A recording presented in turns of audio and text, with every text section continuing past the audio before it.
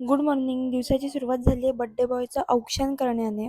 सकाळ सकाळ जबरदस्ती उठवून आंघोळ घालून मग बसवलंय आरती करण्यासाठी. ओवाळणी झाल्याच्या नंतर बर्थडे बॉय निघालाय स्कूलला जाण्यासाठी आणि तो जोपर्यंत स्कूलमधून येईल तोपर्यंत रिटर्न्स गिफ्ट पॅक करून ठेवले, कारण की तो घरात असताना हे काम होण्यासारखं नाहीये.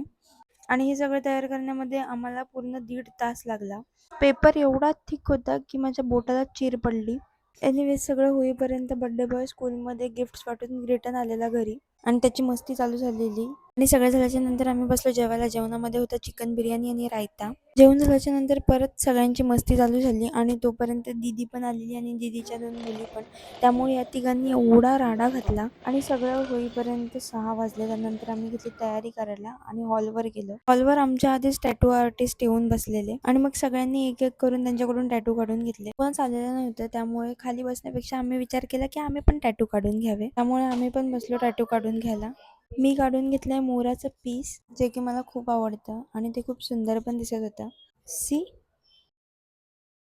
त्यानंतर दीदीने बटरफ्लाय काढून घेतलेलं. हे सगळं झाल्याच्या नंतर एक एक जण यायला लागला आणि मग शो चालू झाले.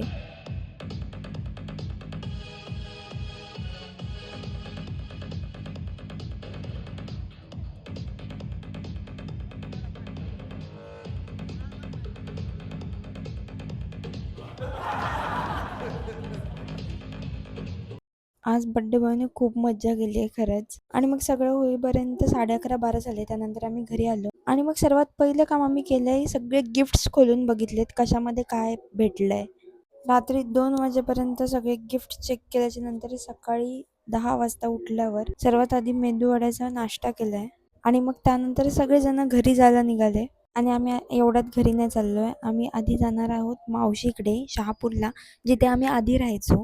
कारण की तिथून मम्मीचं गाव जवळ आहे आणि मम्मीच्या गावाला आहे एक कार्यक्रम, जो की उद्या आहे. आणि आत्ता मला भेटायला आली माझी लहानपणीची मैत्रिणीची मला खेचत खेचत तिच्या घरी घेऊन चालली.